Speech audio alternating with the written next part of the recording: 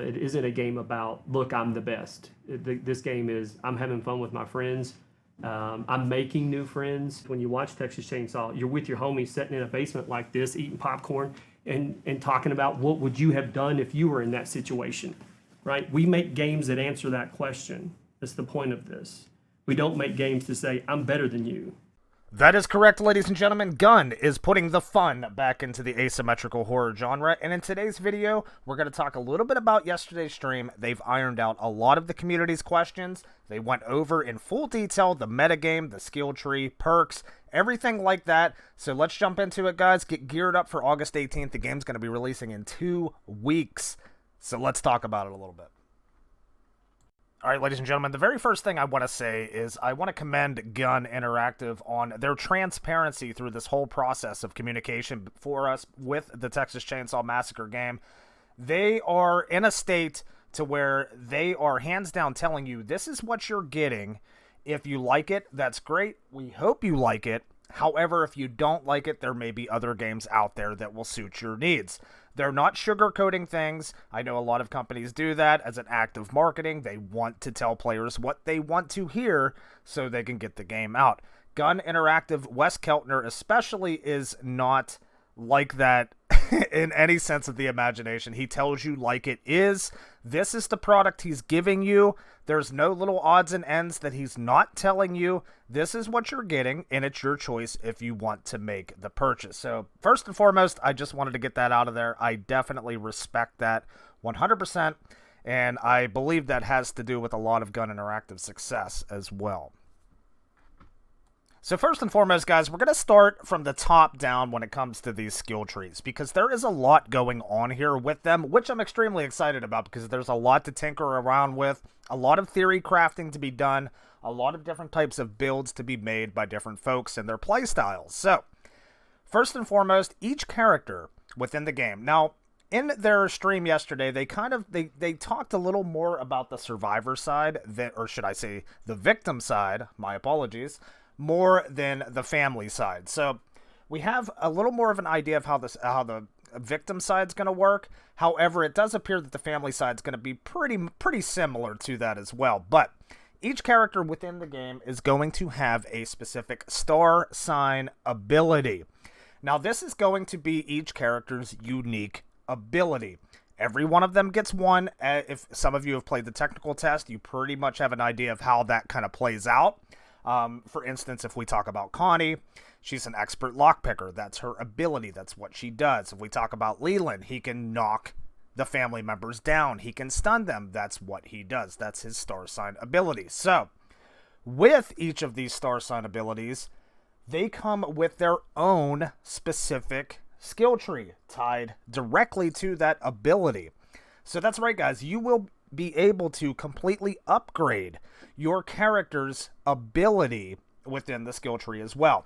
Now, it's interesting how these skill trees work. They are a little samey to some other asymmetrical games, but at the same time, they're also different, which means that you will not be able to level these skill trees up completely. You will not be able to unlock every node, every upgrade within the skill tree. You're going to have to put your thinking cap on, and you're going to have to play around with different scenarios in that skill tree to make things work and also to make them accommodate to your play style. But the interesting thing that Matt told us was that you will be able to freely respec your skill tree at will.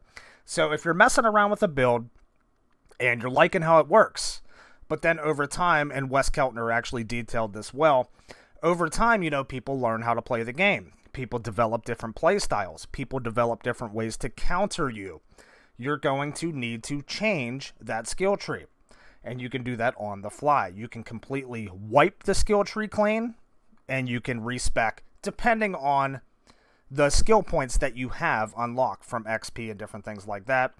Obviously, you'll only be able to go that far as, you're allowed to via how much XP you have. But you will be able to freely respec your skill tree to meet your needs. So, again, if if you find out it's working really good for you when the game launches, but then down the road you're struggling with it, some things on your skill tree just aren't working the way they used to, go ahead and you can toy around with some different builds.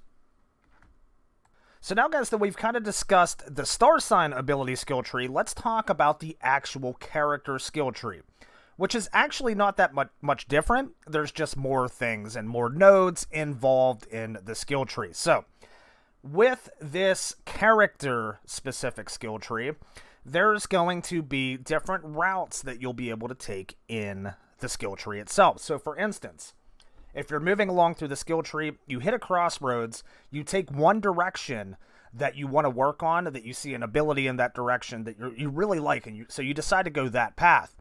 That's going to block off specific nodes from the path on the other side. So again, this comes down to, as we talked about with the star sign abilities tree, you will not be able to completely max out any skill tree in this game. And I think that's good, guys, because that opens up different play styles.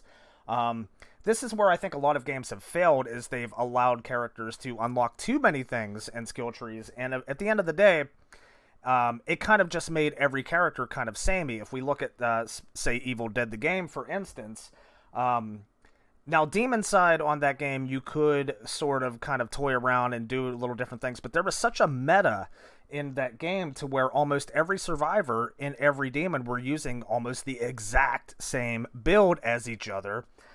Just because that was the way it was set up. There was no room for theory crafting. So in this game, there is.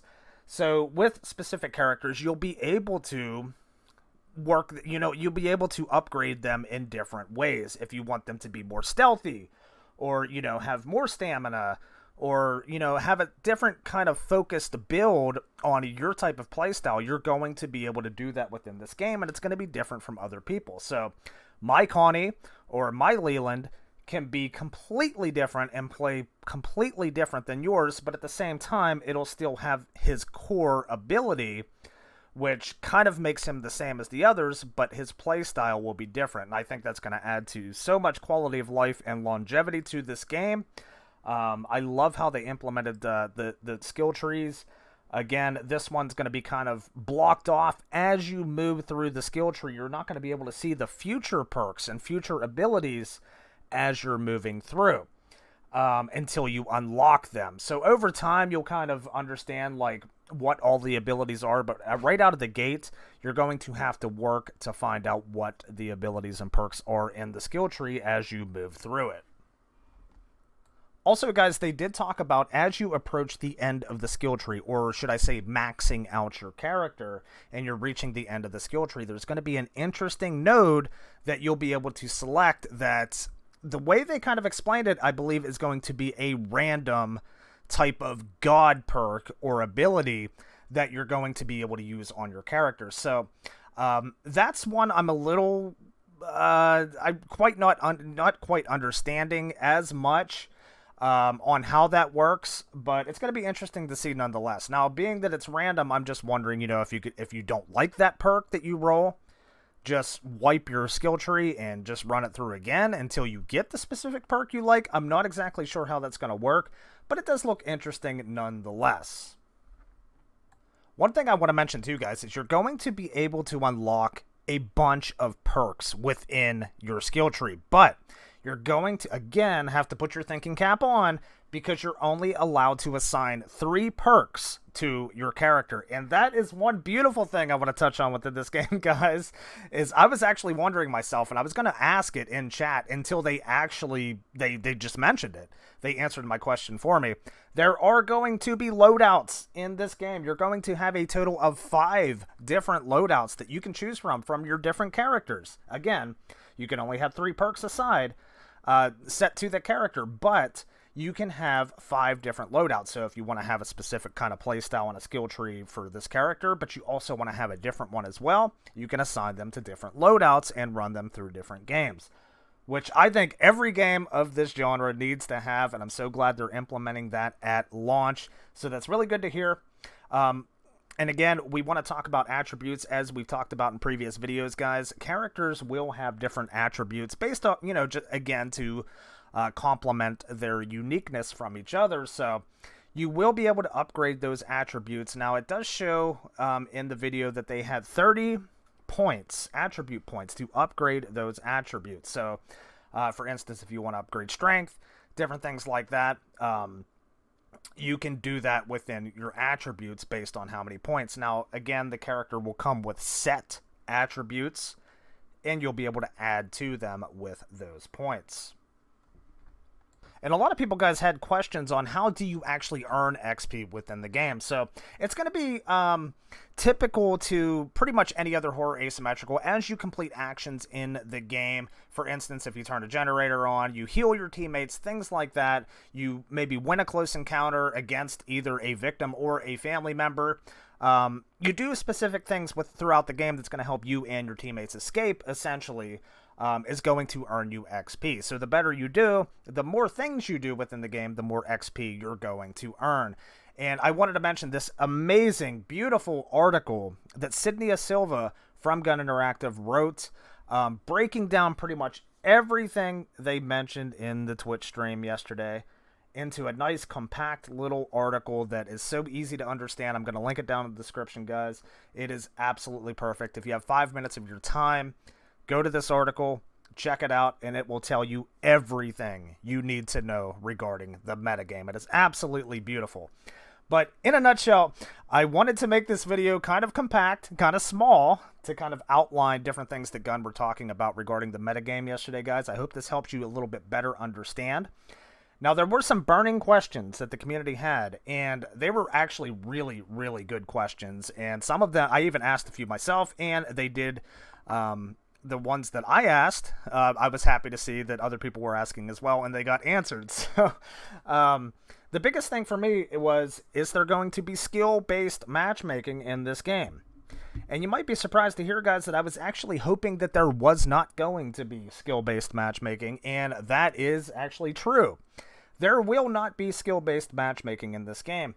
And honestly, when they asked, it appeared that Wes and Matt kind of didn't really know what it was, which is not a bad thing.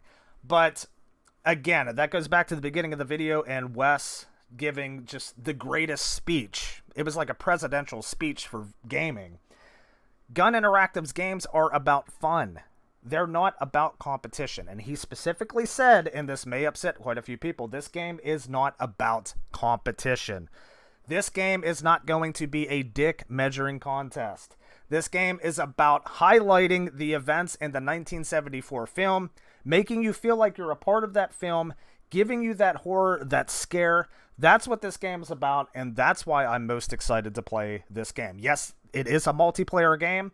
It's asymmetrical. It is going to be competitive in some respect, but you're not going to have your name on a flashy billboard on the game saying, I'm number one, I'm the best in the world.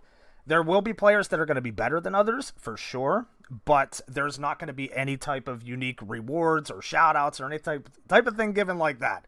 And also, skill-based matchmaking, not having it, also keeps the queue times fast, and that's what we want to see as well. So I'm actually really happy about that, guys. Let me know your opinions on that, because I'm actually willing, I really want to see what you guys feel about that.